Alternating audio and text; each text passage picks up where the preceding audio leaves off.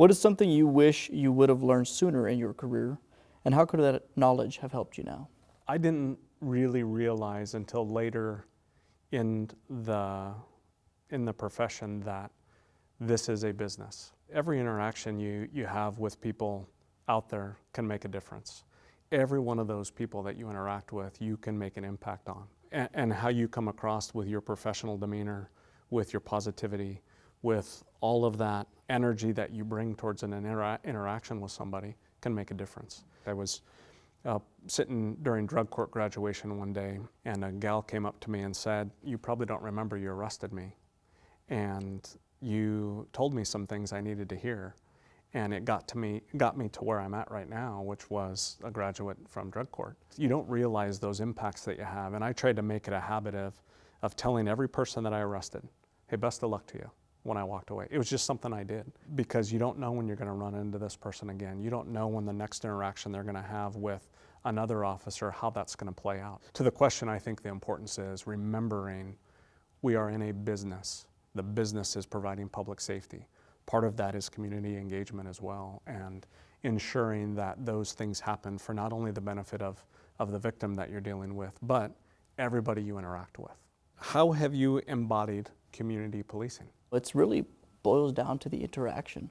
I think in really taking that for what it is, and you're at a gas station grabbing a cup of coffee, and talk to those people that are going to work. Let them know, hey, I'm at work too, but what's your story? We have 2 minutes to spare here. Let me get to know a member of my community that I've never seen. And it is true, the police are only responding because we're there to address someone's worst situation. However, we're also people, and we also want to get to know who we're working for. Just as you say, it's going to make or break that person's perception on what policing is, not only for the city of Kennewick, but let's say they move. They're going to have that same perspective for every police officer. That police officer was not a good person, none of them are. And like you said, whether you're arresting them for an egregious crime or just saying hello, your interaction should be the same. You should be that friendly face that they can look at in a time of sadness, in a time of need, or in a time where they don't need anything. You should still have that smile, that compassion for what we do, and offer stellar service. Explain the Kennewick Police Department's cadet program. So the cadet program is intended for folks between the ages of 18 and 22 years old. Our hope is to grow them from within. So somebody who's finished high school, has gone into college, we have some tuition reimbursement that we offer. We have 20 hours of work that they can come work at the department. They do a variety of things within the organization, whether it's work up front at the front counter, interacting with the public, going out on ride-alongs, helping with in-service training.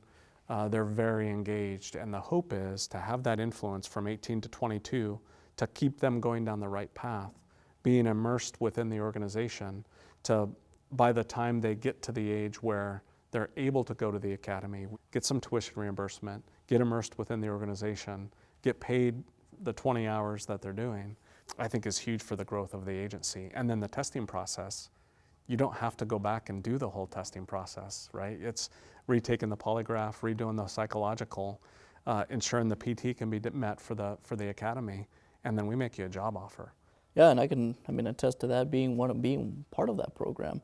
I think it was, without it now, had all that knowledge and everything that I gained from that program been stripped from me today, I didn't really realize it until I was going through PTO, how much that program helped. I think even the patrolmen started realizing, hey, the product that we're receiving at the end, an actual patrolman, and they're going through PTO, we're not having to teach them our programs. They do know the culture. They can talk to people. We're streamlining the process and ultimately getting officers on the road to boost our staffing level, to help in those different aspects that we've, the police departments often can struggle with. What can I do as the chief to better connect with new officers? I think the biggest thing though is just being flexible, and listen to your people. And I really like from this conversation, you have reiterated multiple times that you can't do it by yourself. The biggest thing for me on patrol is just, don't forget, and I don't have that feeling that you guys will ever, but don't forget where you came from. You were once pushing that black and white. You were once going to 30 calls for service on your own and stuff like that, but just listen to your people, what our concerns are. But don't just listen, make those changes as you see fit. What gives you hope for the future of policing? That might be the easiest question so far. It is the people we have, 100%. When our officers would rather work short than work with the wrong people, it shows you that there is hope for our profession. And I think there really are good people out there. I think the majority of society understand the purpose of policing and understand what it's about. The people we have are amazing. They're resilient. They come to work every day with a positive attitude.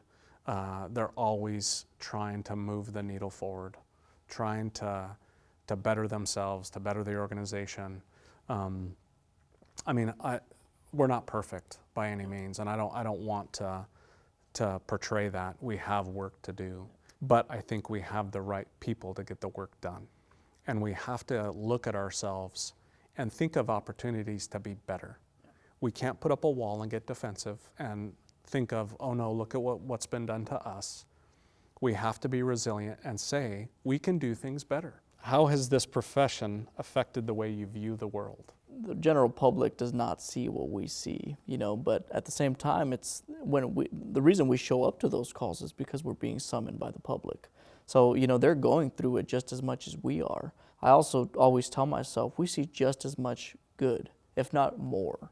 And I don't take anything personal.